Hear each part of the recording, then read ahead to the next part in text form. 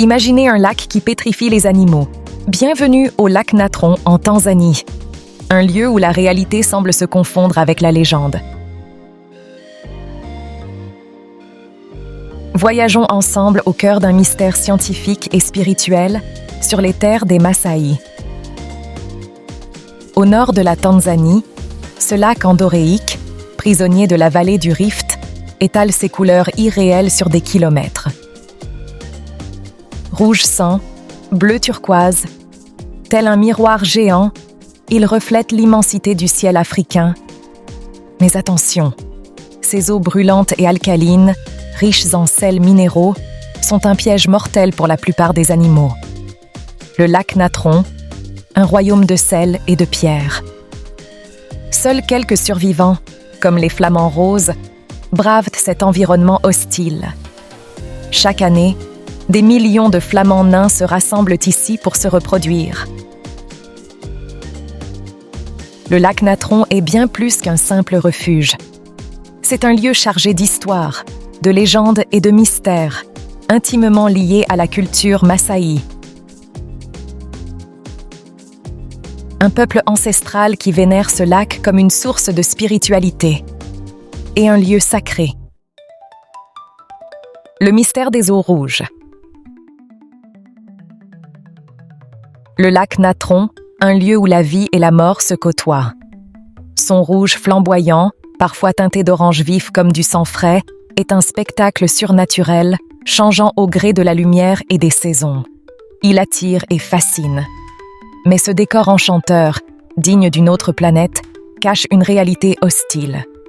Ce sont des micro-organismes, les cyanobactéries, qui donnent au lac cette teinte unique.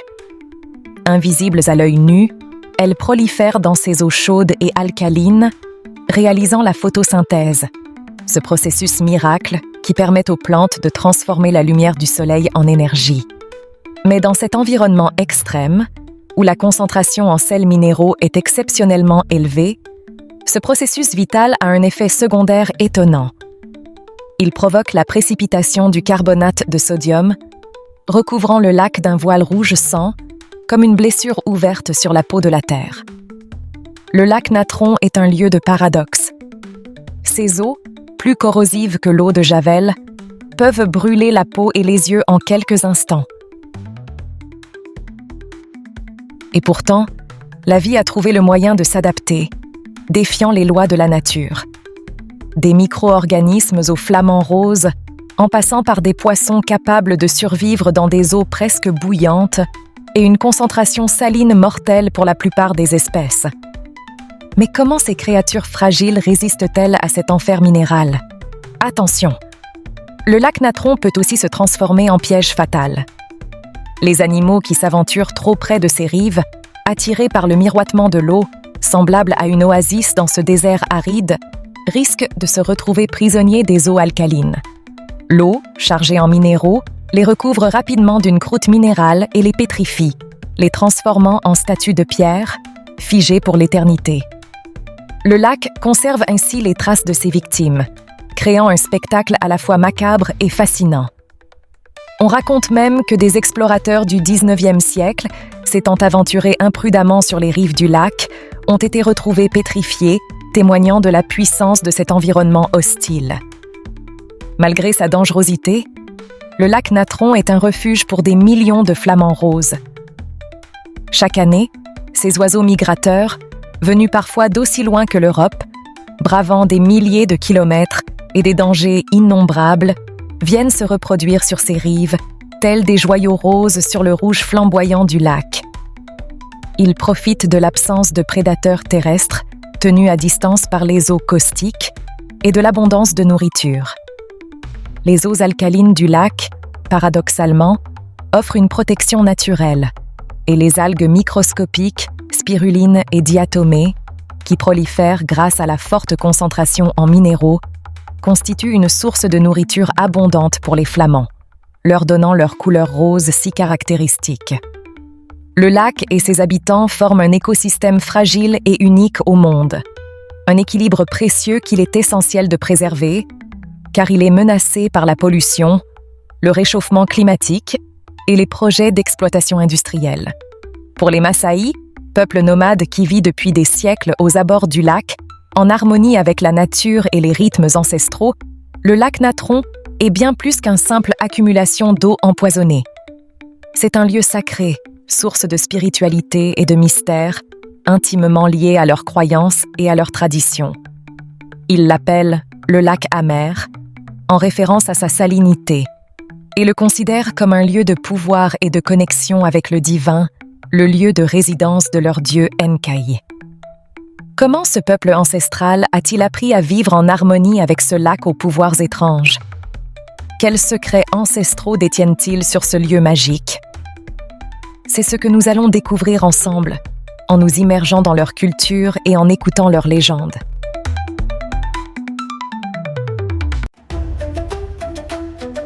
Les Masaï, peuple de la savane. Au cœur de l'Afrique de l'Est, là où la terre rouge ocre, couleur de sang séché, rencontre le ciel bleu azur, immense et infini, sur les terres arides et sauvages du Kenya et de la Tanzanie, balayées par les vents et brûlées par le soleil, vit un peuple fier et indépendant, un peuple de guerriers et de pasteurs, les Masaï. Nomades depuis des siècles, ils parcourent inlassablement la savane, cette mer d'herbes dorées qui s'étend à perte de vue, avec leurs troupeaux de bovins, zébus, chèvres et moutons, source de vie et de prestige, en harmonie avec la nature et les rythmes ancestraux. Leurs pas, guidés par les saisons, les pluies et les besoins de leurs animaux, tracent des chemins invisibles sur la terre rouge, des chemins qui se perdent dans l'immensité de la savane. Reconnaissables entre tous à leurs vêtements rouges, appelés chouka, qui flottent au vent comme des flammes, et à leur parure traditionnelle, faite de perles colorées et de coquillages, assemblées avec art et patience, les Masaï sont des guerriers et des éleveurs, gardiens d'une culture riche et complexe, faite de traditions ancestrales, de chants et de légendes, intimement liées à leur environnement. Leur territoire s'étend sur des paysages grandioses, des plaines infinies aux volcans majestueux, en passant par les gorges profondes et les rivières sinueuses, jusqu'au mystérieux lac Natron, ce lac aux eaux rouges et au pouvoir étrange, qui occupe une place centrale dans leurs croyances et leurs traditions. Adapté à la vie dans la savane, où la nature est à la fois nourricière et impitoyable, ce peuple semi-nomade a développé une connaissance approfondie de la faune et de la flore, un savoir ancestral transmis de génération en génération. Ils connaissent le nom de chaque plante, de chaque animal, de chaque constellation.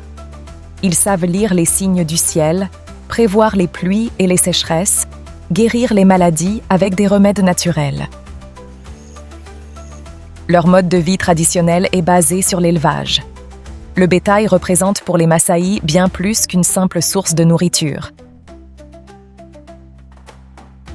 Il est un symbole de richesse, de prestige et de lien social, le fondement de leur identité.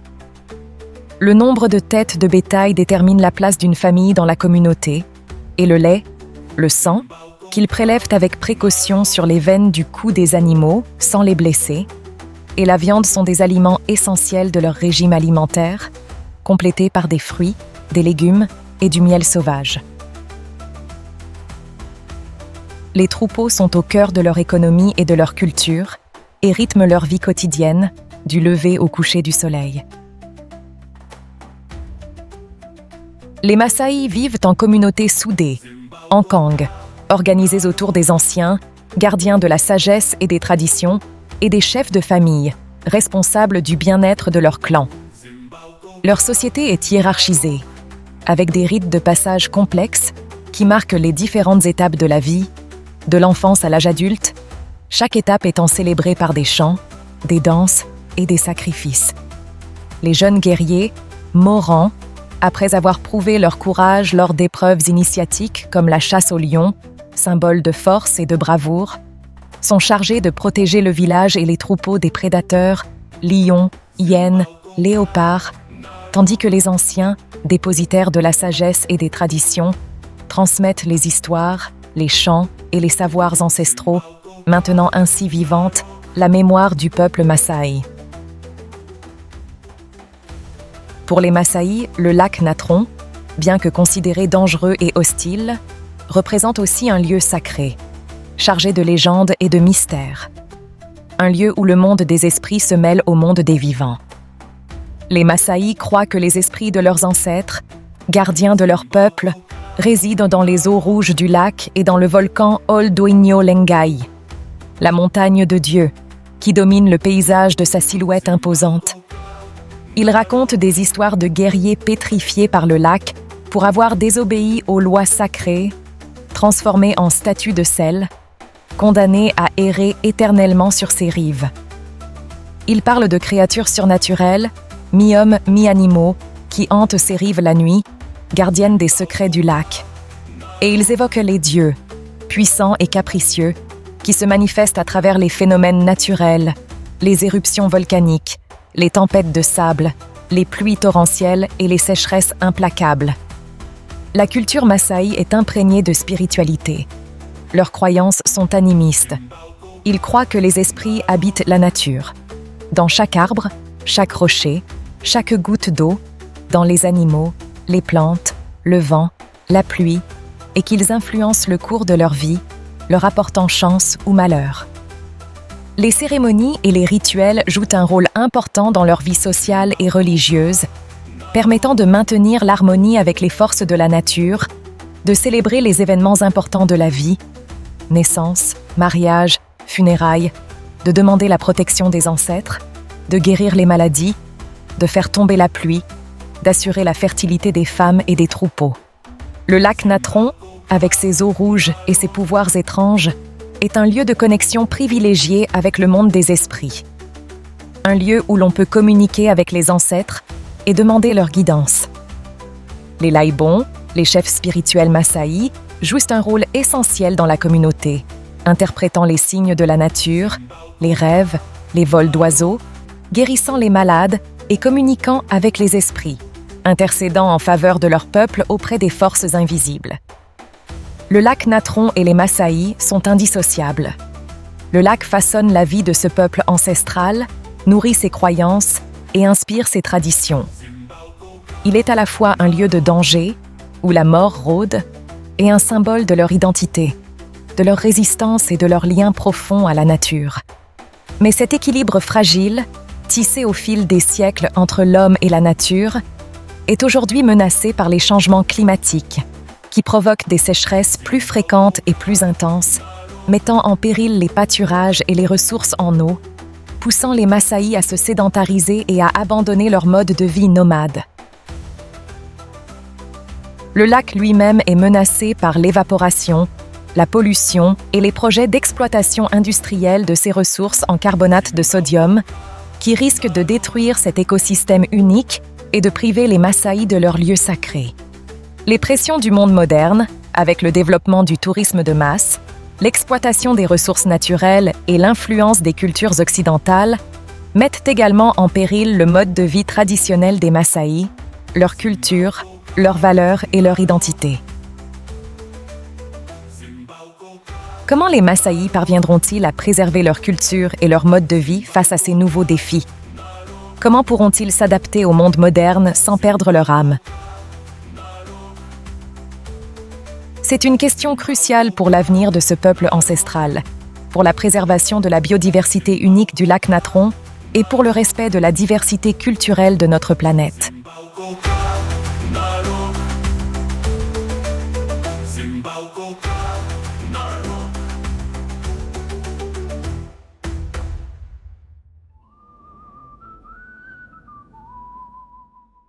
Ol Doinyo Lengai, la montagne de Dieu.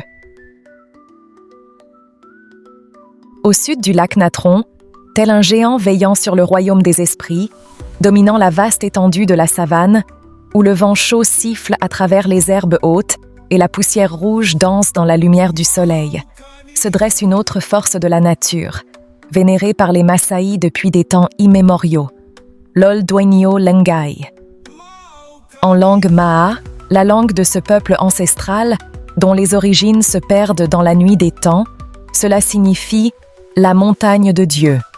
Un nom qui évoque à la fois la puissance et le mystère, la crainte et l'adoration. Ce volcan actif, culminant à près de 3000 mètres d'altitude, est un lieu sacré, source de fascination et de crainte, un lieu où la terre gronde et tremble sous les pieds, où le feu et la fumée se mêlent au ciel dans une peinture surréaliste, chaotique et hypnotique. Ces éruptions régulières, avec leurs coulées de lave noire comme la nuit, leurs explosions de cendres et de roches volcaniques projetées dans les airs comme des projectiles, leurs grondements sourds qui font trembler la terre jusqu'au plus profond des entrailles, sont perçus comme des manifestations de la puissance divine, des signes de la colère ou de la bienveillance d'Enkai, le Dieu créateur, celui qui a donné la vie et qui peut la reprendre à tout instant. L'Ol Dueño Lengai est un stratovolcan, formé par l'accumulation de couches de lave et de cendres au cours de milliers d'années d'activité, une histoire géologique mouvementée, marquée par des éruptions explosives et des coulées de lave dévastatrices qui ont façonné le paysage environnant. Il est le seul volcan au monde à produire de la natrocarbonatite, une lave unique en son genre, riche en sodium et en potassium, qui lui confère une couleur noire, presque surnaturelle, et une fluidité exceptionnelle, comme de l'huile bouillante s'écoulant sur une plaque chauffante. Cette particularité géologique fait de l'Ol Dueño Lengai un sujet d'étude passionnant pour les volcanologues du monde entier, venus percer les secrets de ce volcan hors du commun, un véritable laboratoire à ciel ouvert pour la science.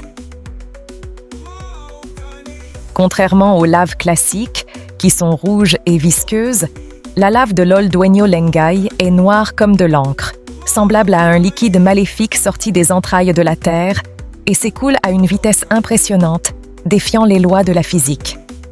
Elle peut atteindre des vitesses de plusieurs kilomètres par heure, dévalant les pentes du volcan comme un torrent furieux, engloutissant tout sur son passage, ne laissant derrière elle qu'un désert de roches noires et stériles.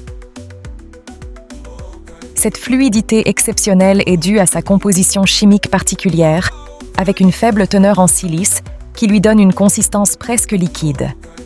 Au contact de l'air, cette lave se refroidit rapidement et se solidifie, prenant une teinte blanche, comme de la neige fraîchement tombée, et une texture friable, qui s'effrite sous les doigts. Ce processus de solidification rapide crée des formations géologiques étonnantes, des sculptures naturelles façonnées par le feu et le temps, comme des colonnes de lave dressées vers le ciel, telles des sentinelles pétrifiées gardant l'entrée du royaume des dieux, des grottes et des tunnels obscurs, où règne un silence absolu, seulement troublé par le bruit des gouttes d'eau qui tombent du plafond. Des paysages lunaires et surréalistes, avec des formes étranges et des couleurs inattendues, qui semblent appartenir à un autre monde. Les éruptions de l'Ol Dueño Lengai sont un spectacle rare et impressionnant, qui attire les scientifiques et les aventuriers du monde entier, venus admirer la beauté sauvage et la force brute de la nature et ressentir l'énergie tellurique qui se dégage de ce lieu unique. Mais pour les Maasai, ces éruptions sont bien plus que des phénomènes naturels. Elles sont des messages divins, des signes annonciateurs de bonnes ou de mauvaises nouvelles, des manifestations de la colère ou de la bienveillance d'Enkai, le Dieu créateur, qui règne sur le ciel et la terre. Ils savent que le volcan est une force puissante et imprévisible, qu'il peut donner la vie et la reprendre en un instant, et ils le respectent comme on respecte un ancêtre sage et puissant, dont il faut s'attirer les bonnes grâces. L'Ol Dueño Lengai est un lieu de pèlerinage pour les Maasai, un lieu où l'on se rend pour prier, faire des offrandes et demander la protection des dieux, pour se purifier et se ressourcer, pour se connecter à la puissance de la nature et à la sagesse des ancêtres. Ils s'y rendent pour demander la pluie, source de vie dans cette région aride, pour la fertilité des troupeaux, garantie de leur survie, pour la santé de la communauté, précieuse et fragile, et pour le succès à la chasse, source de nourriture et de prestige. Les Leibons, les chefs spirituels, jouent un rôle essentiel dans ces cérémonies. Ce sont des hommes et des femmes sages, respectés par toute la communauté, dépositaires des connaissances ancestrales, des secrets des plantes et des pouvoirs des esprits. Ils sont les intermédiaires entre le monde des hommes et le monde des esprits, capables de communiquer avec les dieux et d'interpréter leurs messages, de guérir les malades, de prédire l'avenir, de protéger le peuple des dangers et de guider ses pas sur le chemin de la vie. Les Maasai croient que le volcan est la demeure d'Enkai, le dieu créateur, et que ses éruptions sont des manifestations de sa volonté, des signes de sa présence et de sa puissance. Ils implorent sa bienveillance pour la pluie, la fertilité des troupeaux, la santé de la communauté et le succès à la chasse, offrant des sacrifices et des prières pour apaiser sa colère et s'attirer ses faveurs. Malgré son activité volcanique et son climat aride, l'Oldoinho Lengai abrite une certaine biodiversité, un écosystème unique et fragile, adapté aux conditions extrêmes de ce lieu hostile. Des espèces animales et végétales ont trouvé le moyen de s'adapter aux conditions particulières du volcan, à la chaleur, au manque d'eau, à la composition chimique du sol. On peut observer des plantes capables de pousser sur la lave solidifiée en puisant les minéraux rares présents dans la roche volcanique, leurs racines s'enfonçant profondément dans les fissures, leurs feuilles épaisses et charnues retenant l'humidité, leurs fleurs aux couleurs vives attirant les rares insectes pollinisateurs. L'Oldoinho Lengai, avec ses caractéristiques uniques, contribue à la richesse et à la diversité des écosystèmes de la région, un patrimoine naturel précieux qu'il est important de préserver. L'Oldoinho Lengai est un lieu où se rencontrent les savoirs traditionnels et la science moderne, où la culture Maasai, riche de traditions ancestrales, dialogue avec la science occidentale en quête de connaissance et de compréhension. Les Maasai, qui vénèrent la montagne de Dieu depuis des millénaires, possèdent une connaissance intime du volcan, transmise de génération en génération, un savoir empirique basé sur l'observation des cycles naturels, des éruptions, des changements climatiques, des comportements des animaux. Les scientifiques, quant à eux, cherchent à comprendre les mécanismes de ce volcan unique au monde, à analyser sa composition chimique, à prévoir ses éruptions, à étudier son impact sur l'environnement. Bien que leurs perspectives et leurs méthodes diffèrent, les Maasai et les scientifiques partagent un intérêt commun pour la protection de l'Oldoinho Lengai, un patrimoine naturel et culturel unique au monde, menacé par l'exploitation minière, le tourisme de masse et les changements climatiques. Des collaborations ponctuelles ont lieu, permettant des échanges de connaissances et une meilleure compréhension du volcan, un dialogue interculturel enrichissant pour tous. L'Oldoinho Lengai est un symbole de la puissance de la nature, mais aussi de la nécessité d'une collaboration entre les cultures pour préserver notre patrimoine naturel et culturel, pour un avenir où l'homme et la nature pourront coexister en harmonie.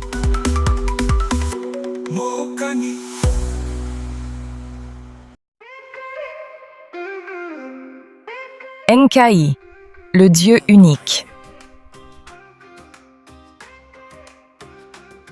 Pour les Maasai, la nature est une cathédrale, un temple sacré à ciel ouvert, où chaque élément, le soleil, la lune, les étoiles, la pluie, le vent, les animaux, les plantes, est imprégné de la présence d'Enkai, le Dieu unique et créateur, l'origine de toute chose, la force invisible qui anime le monde. Enkai est invisible, impalpable, comme l'air que l'on respire, mais sa puissance imprègne chaque élément du monde, du plus petit grain de sable à la plus haute montagne, du plus humble insecte à l'homme, créature privilégiée à qui il a donné la conscience et la liberté. Les Maasai vivent en communion profonde avec cette nature sacrée, respectant ses lois, ses rythmes, ses équilibres fragiles, conscients qu'ils font partie d'un tout, d'un grand cycle de vie et de mort, où chaque être a sa place et son importance. Ils lui adressent des prières ferventes, des offrandes symboliques, lait, miel, sang d'animaux sacrifiés, et cherchent à déchiffrer ces signes, dans le vol des oiseaux, la forme des nuages, les rêves, les visions, pour éclairer leur chemin et prendre les bonnes décisions. Enkai est un dieu bienveillant, source de toute vie et de toute prospérité, le père nourricier qui veille sur son peuple. Il a donné aux Masaï le bétail, leur principale source de richesse et de subsistance, la vache, animal sacré qui leur fournit lait, sang, viande et cuir, la terre où ils vivent, cette savane immense et sauvage qu'ils parcourent depuis des siècles, et la force de résister aux épreuves, sécheresse, famine, maladie, attaques de bêtes sauvages. Mais Enkai peut aussi se montrer colérique lorsque les hommes oublient leur devoir envers la nature, qu'ils la surexploitent, la polluent, la détruisent, ou qu'ils transgressent les lois sacrées, celles qui régissent l'équilibre du monde et de la société. Il peut alors envoyer la sécheresse qui brûle les pâturages et transforme la savane en un désert aride, la maladie qui décime les troupeaux et frappe les familles, les conflits qui divisent les communautés et sèment la discorde. Les Masaï cherchent à vivre en harmonie avec Enkai, en respectant les cycles naturels, en honorant les ancêtres, gardiens de la sagesse et des traditions, et en accomplissant les rituels qui lui sont dédiés. Chants, danses, sacrifices, offrandes. Il croit que la communication avec Enkai passe par l'observation attentive de la nature, par l'interprétation des rêves, véritable message du monde des esprits, par les visions des Lébons, ces guides spirituels qui conseillent et protègent la communauté, interprétant la volonté divine et guidant le peuple sur le droit chemin. Enkai, dans sa sagesse infinie, se manifeste sous deux aspects complémentaires, deux forces qui régissent l'équilibre du monde et des hommes. Enkai Nanyoki, le dieu rouge, et Enkai Narok, le dieu noir. Enkai Narok, le dieu noir, est associé à la pluie bienfaisante qui nourrit la terre assoiffée, à la fertilité des troupeaux qui assurent la subsistance des Masaï, à la croissance des cultures qui apportent la nourriture, à la santé et à la prospérité de la communauté. Enkai Narok est le de la vie qui renaît sans cesse, de l'abondance qui comble les besoins, de la joie qui unit les cœurs. Il est vénéré avec gratitude et amour, et les Masaï le remercient pour ses bienfaits par des chants, des danses et des festins. Enkai Nanyoki, le dieu rouge, est associé à la sécheresse implacable qui met à l'épreuve la résistance des hommes et des animaux, à la maladie qui rappelle la fragilité de la vie, à la mort qui fait partie du cycle naturel, aux forces obscures et aux dangers qui guettent dans l'ombre. Enkai Nanyoki est le dieu de la force et du courage, celui qui teste la volonté des hommes et leur apprend à surmonter les épreuves, à affronter la douleur et la peur. Il est craint et respecté, et les Masaï cherchent à l'apaiser par des offrandes de bétail, des prières ferventes et des sacrifices rituels, afin qu'il épargne la communauté et protège les troupeaux. Ces deux aspects d'Enkai sont indissociables, comme les deux faces d'une même pièce, comme le jour et la nuit, la pluie et le soleil, la vie et la mort. Il représente la dualité inhérente à la nature et à la condition humaine, l'équilibre entre les forces opposées qui maintiennent l'harmonie du monde. Les Masaï ont appris à vivre avec cette dualité, à accepter les épreuves comme les bénédictions, à honorer Enkai sous toutes ses formes, et à trouver un sens à leur existence dans ce cycle éternel de vie, de mort et de renaissance. Selon la mythologie Masaï, au commencement, il n'y avait que Enkai, l'être suprême, la source de toute chose, flottant dans le vide immense et silencieux. Il créa le monde en 3 jours.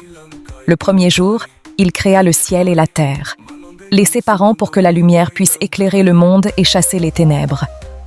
Le deuxième jour, il créa les plantes et les animaux, peuplant la terre d'une multitude d'êtres vivants, des plus petits insectes aux plus grands animaux, des herbes les plus humbles aux arbres les plus majestueux. Le troisième jour, Il créa les premiers hommes, à son image, leur donnant la parole, pour communiquer entre eux et avec lui, la conscience, pour comprendre le monde et leur place en son sein, et la liberté, pour choisir leur destin. Il leur offrit le bétail, descendu du ciel par une corde magique, symbole de richesse et de prospérité, et leur enseigna comment vivre en harmonie avec la nature, respectant ses lois et ses cycles, en frères et sœurs de toutes les créatures. Mais les hommes, poussés par la curiosité, l'orgueil et le désir de s'approprier le monde, désobéirent à Enkai, transgressant les lois sacrées et rompant l'harmonie originelle. Le dieu, déçu par leur ingratitude et leur arrogance, se retira dans le ciel, les abandonnant à leur sort, les laissant face à leurs responsabilités et aux conséquences de leurs actes. La religion est le cœur battant de la culture Masaï, le fil conducteur qui relie les hommes à la nature, aux ancêtres, à Enkai. Elle rythme leurs journées, du lever au coucher du soleil, leurs saisons, de la saison sèche à la saison des pluies, leurs événements importants, naissance, mariage, funérailles, initiation. La foi en Enkai est un pilier indéfectible de l'identité Masaï, un guide spirituel qui les accompagne dans leur vie nomade, leur permettant de faire face aux défis de la savane, de trouver un sens à leur existence, de vivre en harmonie avec la nature et avec eux-mêmes.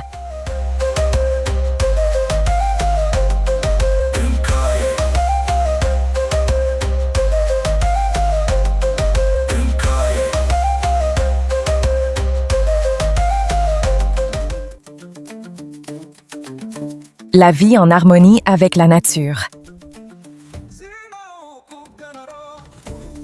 Les Masaï ont développé un mode de vie en parfaite harmonie avec la nature, un équilibre subtil entre leurs besoins et le respect des ressources naturelles. Leur connaissance approfondie de la savane, affinée au fil des siècles et transmise oralement de génération en génération, leur permet de s'adapter aux cycles saisonniers, aux variations climatiques et aux contraintes de leur environnement. Ils vivent au rythme du soleil et des pluies, déplaçant leurs troupeaux vers les meilleurs pâturages, connaissant les périodes de floraison et de fructification des plantes, sachant lire les signes du ciel et de la terre. Leur mode de vie nomade est une adaptation constante aux conditions changeantes de la savane, un partenariat harmonieux et équitable entre l'homme et la nature. Ils puisent dans la nature ce dont ils ont besoin pour se nourrir, se loger, se soigner, mais ils le font avec respect et gratitude, conscients de l'importance de préserver cet équilibre fragile pour les générations futures. Les Masaï ont appris à lire les signes de la nature pour anticiper les changements climatiques et s'y adapter. Ils savent que la pluie est source de vie, mais qu'elle peut aussi être destructrice lorsqu'elle est trop abondante. Ils savent que la sécheresse est une épreuve difficile, mais qu'elle fait partie du cycle naturel. Ils ont développé des techniques ingénieuses pour gérer les ressources en eau, construire des abris adaptés aux conditions climatiques et se protéger des dangers de la savane, des prédateurs aux maladies. Leur mode de vie est une leçon de résilience, une démonstration de la capacité de l'homme à vivre en harmonie avec la nature, même dans les environnements les plus difficiles. Il nous rappelle que la nature n'est pas un ennemi à combattre, mais un allié à respecter et à préserver. Conscients des défis environnementaux et sociaux qui les entourent, les Masaï s'engagent activement dans la protection de leur environnement et la préservation de leur culture. Ils participent à des initiatives locales pour reboiser les zones dégradées, protéger la faune sauvage et promouvoir un tourisme durable et responsable. Ils organisent des événements culturels pour transmettre leurs traditions aux jeunes générations et préserver leur identité face à la mondialisation. Ils cherchent à concilier leur mode de vie traditionnel avec les exigences du monde moderne, en trouvant un équilibre entre le respect de la nature, la préservation de leur culture et le développement économique. Ils sont un exemple inspirant de la capacité d'un peuple à s'adapter aux changements tout en restant fidèle à ses valeurs. Le tourisme et la modernité ont un impact croissant sur la culture massaï. Le tourisme peut être une source de revenus pour les communautés locales, mais il peut aussi entraîner une perte des traditions et une uniformisation des cultures. La modernité apporte des progrès technologiques et un accès à l'éducation, mais elle peut aussi fragiliser les modes de vie traditionnels et les valeurs ancestrales. Les Massaïs sont confrontés à un défi majeur. Comment préserver leur identité culturelle face à la mondialisation, tout en s'adaptant aux changements du monde moderne? Comment trouver un équilibre entre tradition et modernité, entre ouverture au monde et préservation de leur héritage? L'avenir de la culture massaï est incertain. Les défis sont nombreux. Changement climatique, pression démographique, mondialisation, perte des terres, acculturation. Mais les Massaïs ont une force extraordinaire. Leur résilience, leur capacité à s'adapter, leur attachement à leurs traditions, leur foi en Nkai. Ils sont les gardiens d'une culture millénaire, un trésor de sagesse et de savoir-vivre en harmonie avec la nature. L'avenir des Massaïs dépendra de leur capacité à trouver un équilibre entre tradition et modernité, à préserver leur identité, tout en s'adaptant aux changements du monde. C'est un défi majeur, mais aussi une opportunité de montrer au monde la valeur des cultures ancestrales et la sagesse des peuples qui vivent en harmonie avec la nature.